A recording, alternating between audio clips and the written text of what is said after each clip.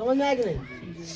ध्यान रखना, अनुस्वार आगे, अनुस्वार के आगे जो भी व्यंजन होता है उस व्यंजन के वर्ग का पांचवा वर्ण यानी अर्ध व्यंजन अनुस्वार के स्थान पर आता है। अनुस्वार के लिए लास्ट वाला जो होगा उसी वर्ण का पांचवा आता है। आया समझ में? समझिएगा। चलिए ध्वनि फॉर्म में, इस ध्वनि के उच्चारण में मुख के मध्य मार्ग में जो अवयव वायु को अवरुद्ध करते हैं किंतु वायु मुख के दोनों पार्श्व यानी अगल बगल से निकल जाती है, उसी समय जिस ध्वनि का उच्चारण होता है उसे पार्श्विक ध्वनि कहते हैं। जैसे आप लोग ल पढ़ते होइएगा, ल, जीव आपका ऐसे थोड़ा मुड़ जाता है ल, और दोनों तरफ जो है ध्वनि हम लोग का निकल जाता है ल ल ल, है ना। तो जीव के ऐसे साइड में आपको ध्वनि अवरुद्ध होती है, मतलब रुकता है फिर साइड से निकल जाता है। समझे कि नहीं? तो ल पढ़ने पर ऐसा ही होता है, ल ल, जीव से टेढ़ा हो रहा है टेढ़ा, और उसके साइड से आपका ध्वनि निकल जाता है। समझे कि नहीं? अब उच्छिप्त या द्विगुण या तारण जात ध्वनि, तो इसको आप बोलेंगे ध्राम से आपका जीव बजता है, ध्राम से। जैसे यहाँ देखिए, जीव ऊपर उठकर झटके से नीचे की ओर जाता है, जैसे र, इसको भी र ही पढ़ते हैं, अस्पृष्ट वर्ण होता है, ठीक है। जैसे पेड़, आप इसको पेड़ नहीं पढ़ते हैं, ध्यान दे, दोनों में अंतर है। अगर यहाँ बुनका लगा दिए तो र हो जाएगा, यहाँ अगर बुनका लगा दिया था र हो जाएगा। अब बुनका यहाँ लगाएंगे तो र, नहीं लगाएंगे तो भ बोला जाएगा। तो यहाँ जैसे यहाँ तो लिखा हुआ पेड़, लड़की नहीं बोलते हैं, लड़की बोलते हैं, कपड़ा नहीं बोलते हैं, कपड़ा बोलते हैं। यहाँ देखिए कहाँ गया, कढ़ाई, कढ़ाई नहीं बोलते हैं, पढ़ाई, पढ़ाई नहीं बोलते हैं, काढ़ा, काढ़ा बोलते हैं इसको, काढ़ा नहीं बोलते हैं, बढ़ई, बढ़ई नहीं बोलते हैं इसको। अभी इसको यहाँ देखिए, डमरू, देखो यहाँ बिंदी है नहीं ना है, अगर बिंदी नहीं ना है तो ड कहा जाएगा। अब बिंदी लगा दिए नीचे तो र हो जाएगा। इसको रमरू नहीं बोलेंगे, डमरू बोलेंगे। डिब्बा, देख रहे हैं, डिब्बा नहीं बोल रहे हैं, अंतवार लगा देंगे। डकैत, रकैत नहीं है। ढक्कन, रकन नहीं बोलेंगे इसको, अंतवार लगेगा तो आपको अर्थ बदल जाएगा, ठीक है। कोई दिक्कत परेशानी दुविधा?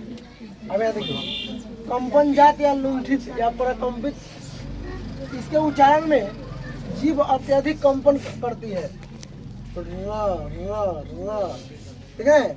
जीभ आपका वाइब्रेट करेगा, जीभ क्या होता है आपका वाइब्रेशन आ जाता है जीभ में, र बोल के देखिएगा, ठीक है।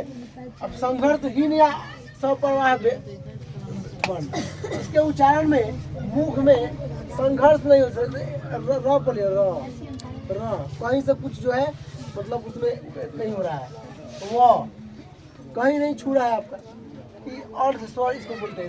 इसीलिए आप करते होइएगा, अंग्रेजी में पढ़ते होइएगा, भवेल 5 होता है, पता है ना, ए ई आई ओ यू। अब उसमें याद कीजिएगा, वाई और डब्ल्यू को सेमी भवेल बोलते हैं, याद है, वही है अर्ध स्वर, यह है। तो इसको बोलने में हल्का सा थोड़ा इसमें आ जाता है आपको, स्वर भी आ जाता है, और इसको भी बोलने में, उच्चारण करने में स्वर आ जाता है, ठीक है। इसलिए इसको अर्ध स्वर बोलते हैं, सेमी भवेल बोलते हैं। समझे कि नहीं? कितना आदमी अंग्रेजी में जब पढ़ता है ना, ए ई आई ओ यू 5 ठो भवेल होता है ना जी, है। इसके हिसाब से लोग एन का प्रयोग कर देता है, जो कि गलती हो जाता है। 5 को के हिसाब से आप एन का प्रयोग कर दिए, लेकिन जिसका साउंड अगर हो जाएगा आपको भवेल, उसके साथ भी एन का प्रयोग करना है।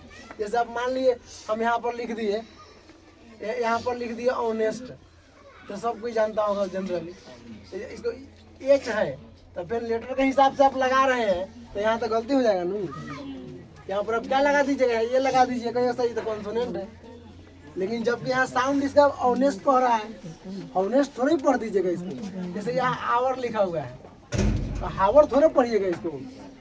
तो साउंड के हिसाब से एन का प्रयोग होता है, न कि लेटर के हिसाब से नहीं होता है। तो इसलिए जनरली आदमी यहाँ पर ये लगा देता है, वो गलत हो जाएगा। यहाँ एन लगाना है, क्या लगाना है, एन लिखा लगाना है, आया समझ में। तो वही है सेमी भाव है, हम लोग अंग्रेजी में घुस गए। ठीक है, तो एन का प्रयोग साउंड के हिसाब से होता है, आपका लेटर के हिसाब से नहीं होता है। लेटर के हिसाब बनाइएगा तो सारा का सारा गलती हो जाएगी, कुछ सही होगा लेकिन 800 गलत हो जाएगा। ठीक है, तो आप अर्थ स्वर समझ गए। आगे संयुक्त व्यंजन, दो व्यंजनों को मिलकर बनने वाला व्यंजन, जिसमें पहला व्यंजन आधा होता है।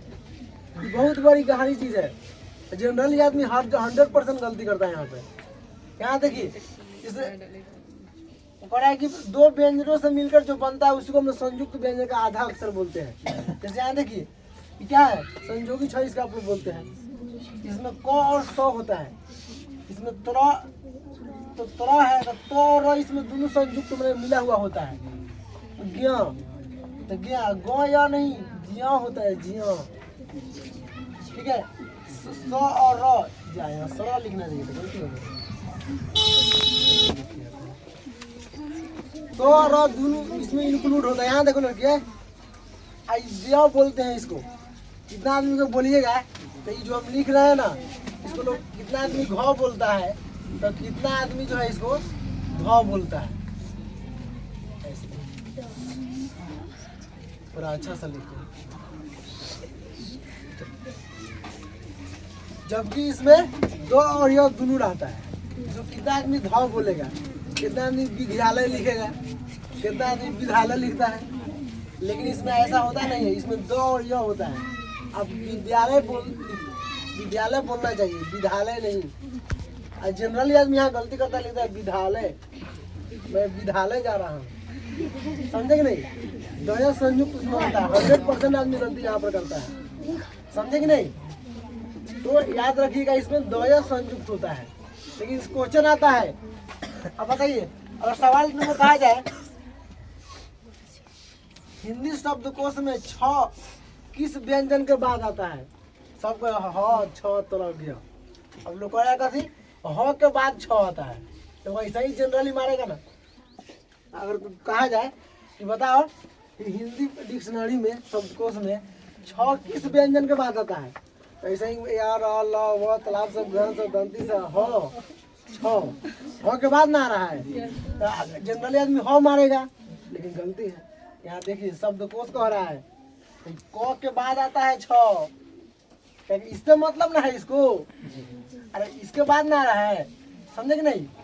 तो इसमें क्या हो जाएगा, इसमें क इंक्लूड होता है ना, समझे, तो याद रखिएगा, समझे।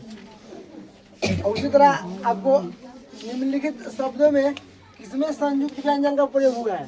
संयुक्त में तो आधा है, देखो आगरा लिखा हुआ है, मेरठ लिखा हुआ है, दिल्ली है और पटना है, पटना।